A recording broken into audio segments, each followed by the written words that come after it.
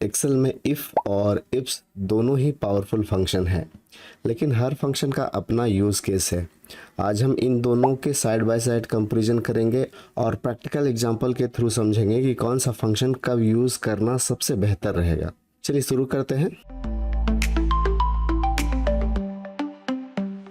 यहाँ पे हमारे पास ऑलरेडी परसेंटेज है, हम इस परसेंटेज के हेल्प से डिवीजन निकालेंगे इफ से, और इसी परसेंटेज के हेल्प से हम लोग डिवीजन निकालेंगे इफ्स में। देखेंगे दोनों में क्या कंपैरिजन है। इक्वल की प्रेस करेंगे और यहाँ पे देंगे इफ, इस तरह से इफ आ गया। अब यहाँ पे हम लोग लॉजिकल टेस्ट देंगे। इस आर्गुमेंट को देखना और समझना बहुत ज़रूरी है। लॉजिकल टेस्ट हमारा जो होगा वो इस पे होगा, इसीलिए हम लोग ये वाला सेल लेंगे। अब ये जो सेल होगा वो बड़ा होगा, ये बराबर होगा 60 के। अब इसमें जो हमें रिजल्ट देना है वो होना चाहिए फर्स्ट।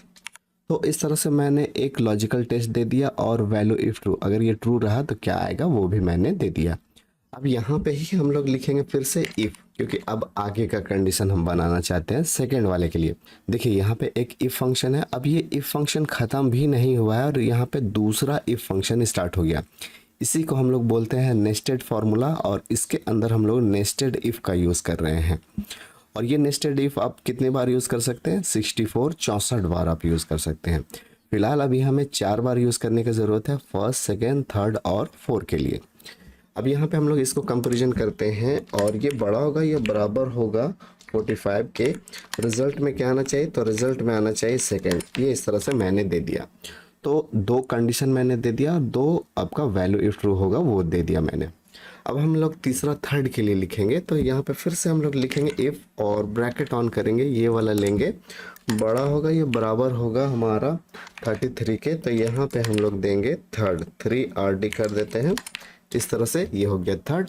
और लास्ट में अगर हम लोग यूज़ करना चाहेंगे तो बिना नेस्टेड इफ का भी हम लोग दे सकते हैं डिफ़ॉल्ट। अगर ये सारा कंडीशन ठीक है तो फर्स्ट, सेकंड, थर्ड आएगा, और अगर ये तीनों में से कुछ भी नहीं है तो यहाँ पे हम लोग इस तरह से डायरेक्ट लिख सकते हैं फेल। इस तरह से यहाँ पे लास्ट में हमें डिफ़ॉल्ट आर्गुमेंट देना है फेल। कुछ भी नहीं हुआ तो डिफ़ॉल्ट आर्गुमेंट फेल होना चाहिए। तो हम लोग यहाँ पे 3 इफ़ लगाए, 1, 2 और 3। अब यहाँ पे ब्रैकेट भी आपको क्लोज करना पड़ेगा, 1, 2 और 3, 3 ब्रैकेट है तो हमें 3 ब्रैकेट क्लोज करना पड़ेगा। तो यहाँ पे अगर देखें तो यहाँ पे डिसएडवांटेज ये है कि इफ़ के अंदर इफ़ है और जितना ब्रैकेट आप खोलते हैं उतना बंद करना पड़ता है। इसको रीड करना थोड़ा सा डिफ़िकल्ट होता है। अगर हम इफ्स लगाएंगे तो आपको ज़्यादा अच्छा से समझ में आएगा। चलिए इंटर मारते हैं और फिर इसको हम लोग यहाँ से ड्रैग करके लाते हैं सभी में। तो ये देखिए सेकेंड है, थर्ड है और फर्स्ट है और फेल भी है। तो उम्मीद है ये आपको आ गया। अब हम लोग चलिए समझते हैं इफ्स में अगर यही काम करना होगा तो कैसे करेंगे। इक्वल की प्रेस करेंगे और लिखेंगे इफ्स फंक्शन, इस तरह से हम लोग लिखें। अब यहाँ पे लॉजिकल टेस्ट है, लॉजिकल टेस्ट इसमें होगा हमारा, ये हम लोग ले लिए। और ये बड़ा होगा, ये बराबर होगा 60 के, तो हमें देना है यहाँ पे फर्स्ट, और फर्स्ट हम लोग डबल कोट के अंदर देंगे इस तरह से।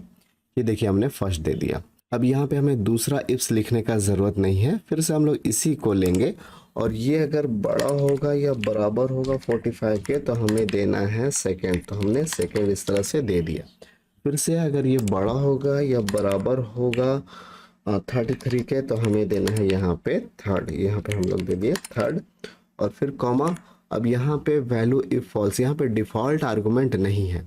डिफ़ॉल्ट में मैंने जैसे एफ में फॉल्स लिखा था या फिर फेल लिखा था, यहाँ पे डिफ़ॉल्ट कुछ भी नहीं है, डिफ़ॉल्ट आपको खुद भी बनाना पड़ता है।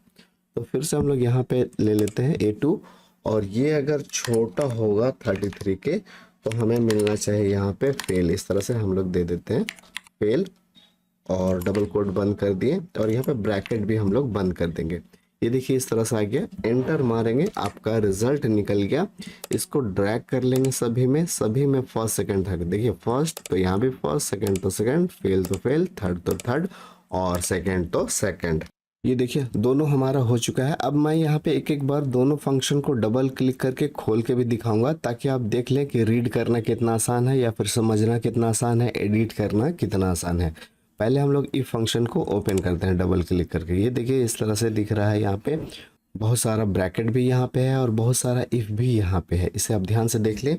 मैं एंटर करता हूँ। अब हम लोग इफ फंक्शन को डबल क्लिक करके खोलते हैं। यहाँ पे देखिए इसमें कोई भी ब्रैकेट नहीं है और मल्टीपल इफ्स भी यूज़ नहीं है। हर बार A2 से कंपेरिजन कर रहे हैं 60, 45 और 33 को और फिर फेल को, और इस तरह से हमारा इफ फंक्शन भी काम कर रहा है। चलिए साइड बाय साइड कंपेरिजन करते हैं हम लोग इफ और इफ फंक्शन का। इसमें सबसे पहले हम लोग देखते हैं कि इफ फंक्शन कब आया था। ये सबसे पहले 2007 वाले वर्जन में आया था और उसके बाद सभी में है। इफ फंक्शन जो पहली बार लॉन्च किया गया था वो 2019 में किया गया था और इसके बाद सभी एक्सेल वर्जन में है।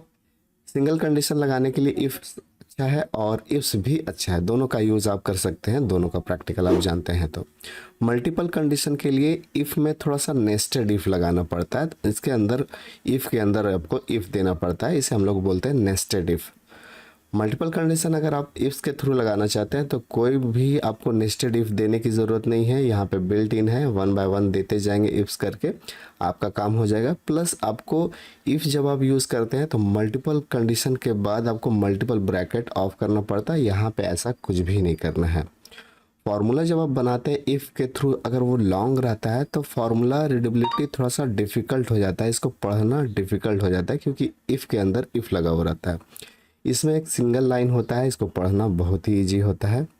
मैक्सिमम कंडीशन आप इसमें 64 तक दे सकते हैं, एक के बाद एक दे सकते हैं। जैसे हम लोग फेल पास करते हैं, जैसे उसमें फर्स्ट आता है, सेकंड आता है और थर्ड आता है, फेल आता है, तो ये 4 कंडीशन है। तो इफ़ के थ्रू आप 64 कंडीशन तक लगा सकते हैं। लेकिन अगर आप इफ्स यूज़ करते हैं तो वहाँ पे 127 कंडीशन आप यूज़ कर सकते हैं। मेंटेनेंस करने की बात करें तो इसमें थोड़ा सा डिफ़िकल्ट है क्योंकि इसका जो फार्मूला थोड़ा कॉम्प्लिकेटेड होता है। कॉम्प्लिकेटेड तब होता है जब इसमें नेस्टेड इफ़ ज़्यादा होता है तब। इसमें अगर आप मल्टीपल कंडीशन लगाते हैं तो इसको पढ़ना इजी होता है, मेंटेनेंस करना भी इजी होता है, इसको एडिट करना भी इजी होता है। परफॉर्मेंस में अगर आपका छोटा कंडीशन है तो इसके लिए गुड है, और इसके जगह अगर आप इफ्स लगा रहे हैं तो ये आपके लिए बेटर चॉइस है। तो अब आप बताइए कि कौन सा फंक्शन आप यूज़ करते हैं, इफ़ यूज़ करते हैं या फिर इफ्स यूज़ करते हैं। कौन सा फार्मूला और फंक्शन यूज़ करना आपके लिए आसान लगता है और आप क्यों यूज़ करते हो। और अगला कंपैरिजन किस टॉपिक में चाहिए वो भी ज़रूर लिखिए।